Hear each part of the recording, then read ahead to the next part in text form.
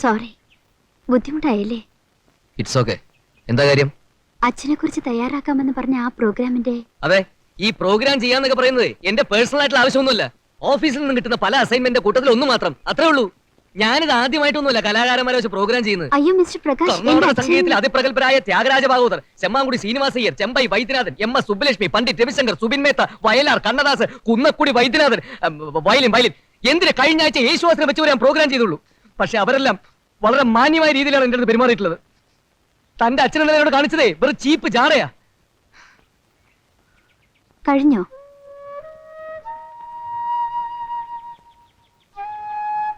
പ്രകാശിന്റെ സ്ഥാനത്ത് വേറൊരാളായിരുന്നെങ്കിൽ ഞാൻ കാണണമെന്ന് പറയുമായിരുന്നില്ല. എനിക്ക് പ്രകാശിനെ അറിയാം. ഐ മീൻ, നിങ്ങൾ ചെയ്യുന്ന പ്രോഗ്രാംസ് എല്ലാം ഞാൻ സ്ഥിരമായി കാണാറുണ്ട്. ഏറ്റവും അവസാനത്തെ ആ ചിൽഡ്രൻസ് പ്രോഗ്രാം വരെ. അന്ന് വീട്ടിൽ വെച്ച് കണ്ടപ്പോ എന്റെ അഭിനന്ദനങ്ങൾ പറയണമെന്ന് വിചാരിച്ചതാ. പക്ഷേ അതിനു മുൻപ് അച്ഛനെ കുറിച്ചുള്ള പ്രോഗ്രാമിന്റെ ഐഡിയ കളഞ്ഞിട്ടില്ലെങ്കിൽ ഞാൻ പറഞ്ഞ് സമ്മതിപ്പിക്കാം. വലിയ ജാടയൊന്നും കാണിക്കില്ലെന്നുണ്ടെങ്കിൽ ഞാൻ ഏത് നിമിഷം റെഡിയാ. ഞാൻ വാക്ക് തരുന്നു. അപ്പോ ഞാൻ ഇടയ്ക്ക് കോണ്ടാക്ട് ചെയ്യാം. അല്ല, എവിടെ താമസിക്കുന്നു പറഞ്ഞ? ഹോസ്റ്റൽ? എനിക്ക് മെഡിക്കൽ കോളേജിനടുത്തൊരു ഫ്ലാറ്റ് ഉണ്ട്. അപ്പോ ഇനി എങ്ങനെ പോവും? നല്ല ചോദ്യം. കാറുള്ള ആൾക്ക് ഒരു ലിഫ്റ്റ് തന്നൂടെ? വാ വാ.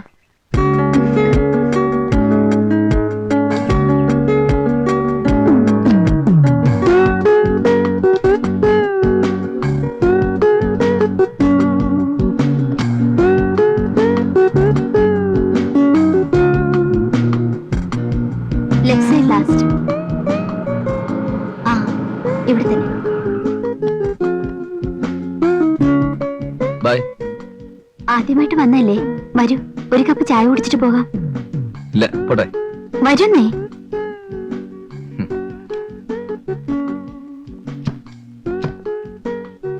വരൂ.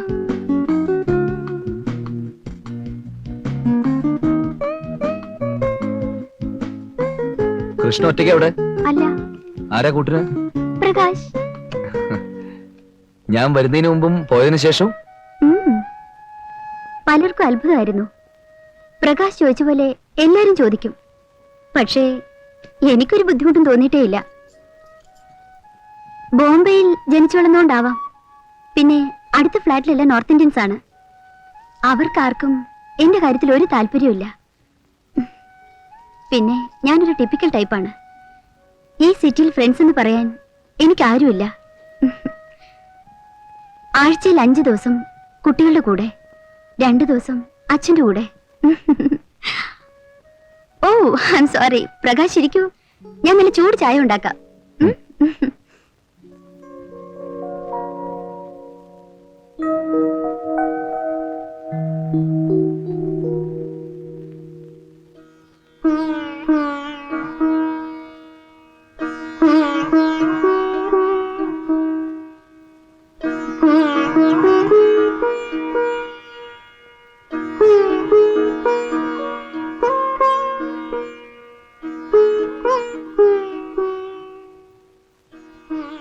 അമ്മ 4 വർഷം അമ്മ മരിച്ചിട്ട്. കച്ചേരിക്ക് പോകുമ്പോഴെല്ലാം അച്ഛൻ്റെ കൂടെ അമ്മയായിരുന്നു.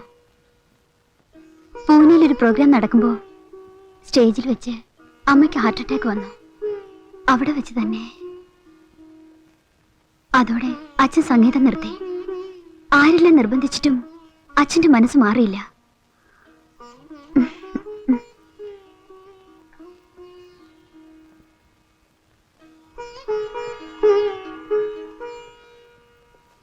അച്ഛന് കഴിയില്ല, അതായിരുന്നു സത്യം.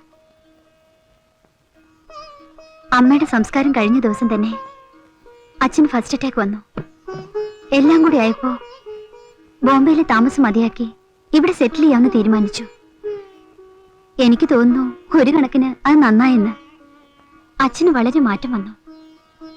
ഓ, പ്രകാശിന് ചായ തണുത്തു. ഞാൻ ബോറടിപ്പിച്ചോ? പ്രകാശ്, ഈ ഡോക്യുമെന്ററിയുടെ കാര്യം പറഞ്ഞപ്പോ ഞാൻ ചിന്തിച്ചത്, അങ്ങനെ എന്തെങ്കിലും ഉണ്ടായാൽ അച്ഛൻ കുറെ കൂടി ആക്റ്റീവ് ആകും.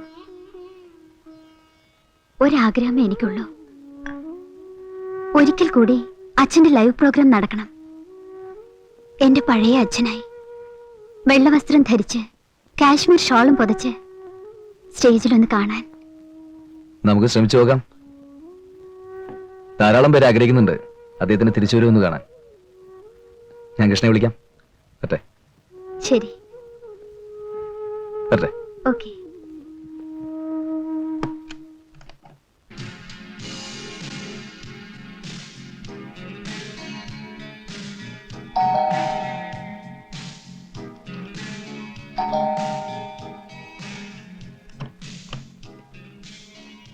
നീയോ? ആ, ഞാൻ തന്നെ. എത്ര നേരം ഞാൻ സ്റ്റേഷനിൽ കാത്തു നിന്നു. എന്താ ഒന്ന് വന്നൂടെ? ഞാൻ ഒന്ന് ഉറങ്ങിപ്പോയി. വാ.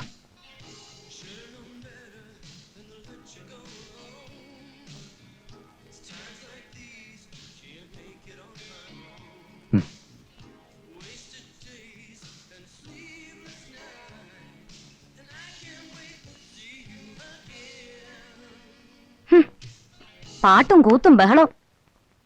മുറിയുടെ ഒരു കോലം കണ്ടില്ലേ? മുറിയുടെ കോലം പോട്ടെ, നീ എന്റെ കോലവും നോക്ക്. നീ പോയ പിന്നെ ഞാൻ നേരെ ചൊവ്വേ ഭക്ഷണം കഴിച്ചിട്ടില്ല. ആഹാരമില്ല, വെള്ളമില്ല, വായുവില്ല. എന്നാൽ അല്പം സ്നേഹം തരാൻ ആരെങ്കിലും അതുമില്ല. മനുഷ്യ ഇവിടെ കത്തി കരിഞ്ഞിരിക്കുക. മസിലൊക്കെ പോയി. ദാ ഇവിടെ. ഒരു കുഴപ്പമില്ല, മുമ്പത്തേലും നന്നായിരിക്കുക. ദുഷ്ടേ, നീ എനിക്ക് എന്താ തിന്നാൻ കൊണ്ടിരിക്കുന്നത്? ചോക്ലേറ്റോ കാഡ്ബറീസോ? മോന് ഫാരക്സ് കൊണ്ടുവന്നിട്ടുണ്ട്, കലക്കി തരട്ടോ? എന്താ ഇത്? അത് നിന്ന് പരുങ്ങ, സത്യം പറ. മദ്യം. നീ ഇല്ലാത്തിന്റെ വിഷമം തീർക്കാൻ എനിക്കിതിനെ ആശ്രയിക്കേണ്ടി വന്നു. കൊല്ലും ഞാൻ. ഈ കഴുത് മണത്ത് നോക്ക്, കരിങ്ങാലിയുള്ള. ഇനി മോളത്തെ സ്ഥിതി എന്താ നോക്കട്ടെ. അയ്യോ, എന്താ? നീ അറിഞ്ഞില്ലേ? ഇല്ല. ഇങ്ങടുത്തോന്നേ. ഒരാഴ്ചയായില്ലേ കുട്ടാ? നാറുന്നു. കുളിക്കാറില്ലേ? പോയി കുളിച്ചിട്ട് വാ. ഇപ്പൊ കുളിക്കാൻ പോലെ. ഇതിനൊരു നേരവും കാലവും ഇല്ലേ? അയ്യടാ, ഇതിന് നേരവും കാലം നോക്കിയാൽ കണിയാരെ കൊണ്ട് മുഹൂർത്തം കുറിപ്പിക്കാം. നീ ഇഞ്ഞ് വാ കുട്ടോ.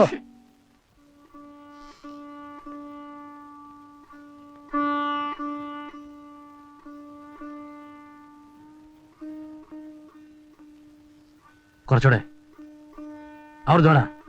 ആ ആ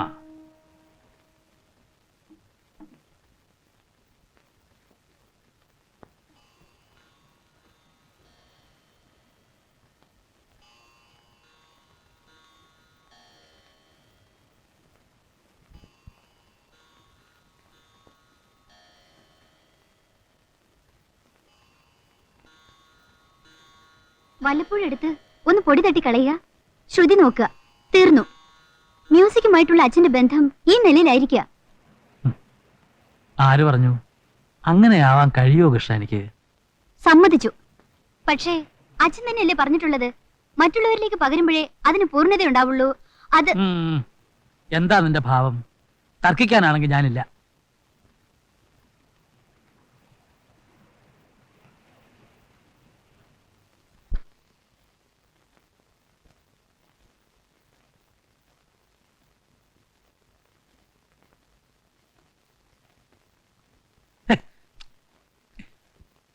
അച്ഛന്റെ ഫീലിങ്സ് എനിക്കറിയാം.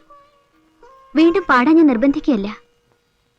അച്ഛനെ കൂട്ടീന്ന് ഒന്ന് പുറത്തിറങ്ങി കാണാൻ വേണ്ടിട്ടാ.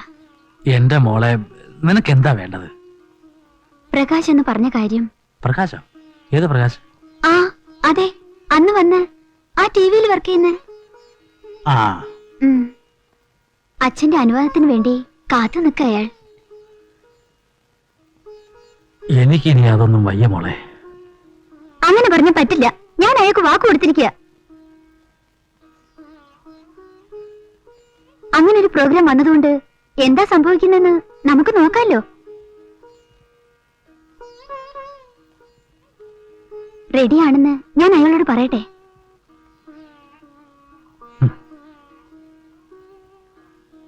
ഒന്നും പറ്റില്ല.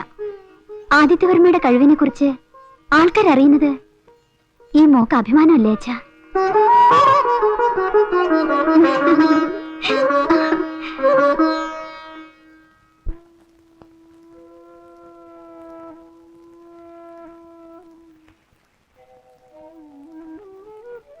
ഇതുവരെ റെഡിയായില്ലേ?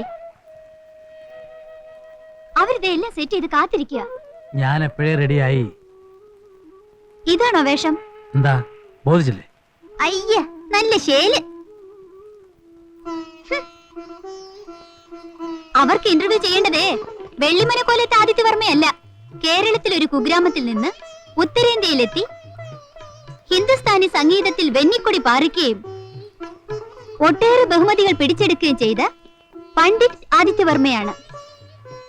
My great father. നീ എന്നെ കോലം കെട്ടിച്ചേ അടങ്ങുള്ളൂ അല്ലേ? ഈ കോലവും കെട്ടി കുറെ കാലം ബോംബെയിൽ വിലച്ചതല്ലേ, പിന്നെന്താ ഇപ്പൊ ഒരു ചമ്മല്? അയ്യോ. പാൻ ലെഫ്റ്റ്, എല്ലാം ഫീൽഡ് വരണം. ബസ് പ്രേം, ഇതൊക്കെ ഫീൽഡ് ഉണ്ടോ അല്ല കുറച്ചുകൂടി മാറ്റണം അങ്ങോട്ട്? വേണ്ട വേണ്ട, ഓക്കെ ഈ പ്രശ്നം നോക്ക്. ഇവിടെ എങ്ങനെ? Okay okay. ആ സീ ദിസ് വൺ. ലെഫ്റ്റ് ഫ്രണ്ടിലേക്കാ? ആ ഓക്കെ. ഓക്കെ അല്ലേ? പിന്നെ നമസ്കാരം സാർ. നമസ്കാരം. കിഷോർ മൈക്ക് എവിടെയാ ഇരിക്കേണ്ടത്? ഇവിടെ ഇരിക്കാം സാർ. തുടങ്ങാം. ആ 1 മിനിറ്റ്. ഓക്കെ. തുടങ്ങിക്കോളൂ. ചില പതിവ് ചോദ്യങ്ങളൊക്കെ കരുതിയിട്ടുണ്ടാവുമല്ലോ. പതിവ് ചോദ്യങ്ങളൊന്നുമില്ല. ഞാൻ കൃഷ്ണയുടെ അമ്മയുടെ ഫോട്ടോയിൽ നിന്നാണ് ആരംഭിക്കുന്നത്.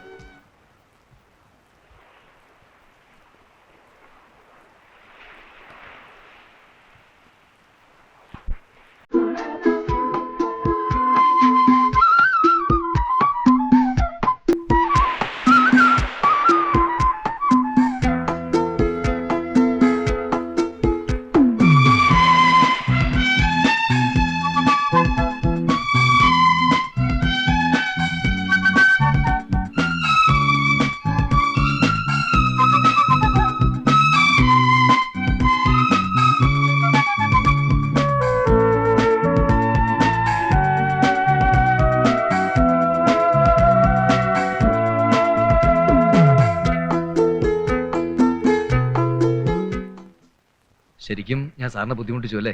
ഏയ്, പതിവ് പോലെ ഒരു ബോറൻ അഭിമുഖപഥമായിരിക്കും എന്നാണ് ഞാൻ കരുതിയത്. പക്ഷെ ഞാനും നിങ്ങളോടൊപ്പം എൻജോയ് ചെയ്തു. ഒരാഴ്ച പോയത് അറിഞ്ഞില്ല. എന്നായിരിക്കും പ്രോഗ്രാം ടിവിയിൽ വരിക? ഒന്നും ഷെഡ്യൂൾ ചെയ്തിട്ടില്ല, വരും താമസിയാതെ. ഏതായാലും അന്ന് പ്രകാശ് ഇങ്ങോട്ട് വരൂ, നമുക്ക് ഇവിടെ ഇരുന്ന് കാണാം. എന്താ മോളെ? അതെ. വരാം. എനിക്ക് സാറിനോട് വേറൊരു കാര്യം പറയാനുണ്ട്. എന്താ അത്? സാറ് പൊതുവേദികളിലേക്ക് പഴയ ഫോമിൽ തിരിച്ചു വരണം. അമ്മയുടെ സ്ഥാനത്ത് സ്റ്റേജിൽ കൃഷ്ണ ഉണ്ടാവുമല്ലോ. ഞങ്ങൾ അതിനെക്കുറിച്ച് ഒരുപാട് ഡ്രീം ചെയ്തു. ആ, സാറെന്ത് പറയുന്നു? വരട്ടെ, നമുക്ക് ആലോചിക്കാം.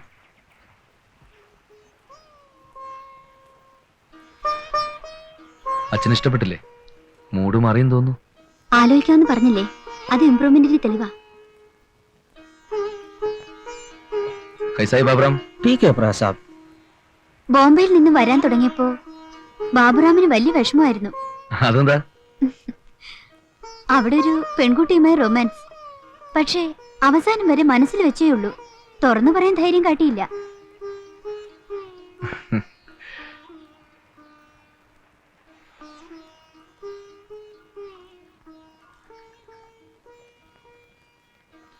പ്രകാശ് എന്താ വിവാഹം കഴിക്കാത്തത്? വിവാഹോ? അയ്യോ, എനിക്കൊരു പ്രേമം വല്ലതും? പ്രേമോ? ഛെ.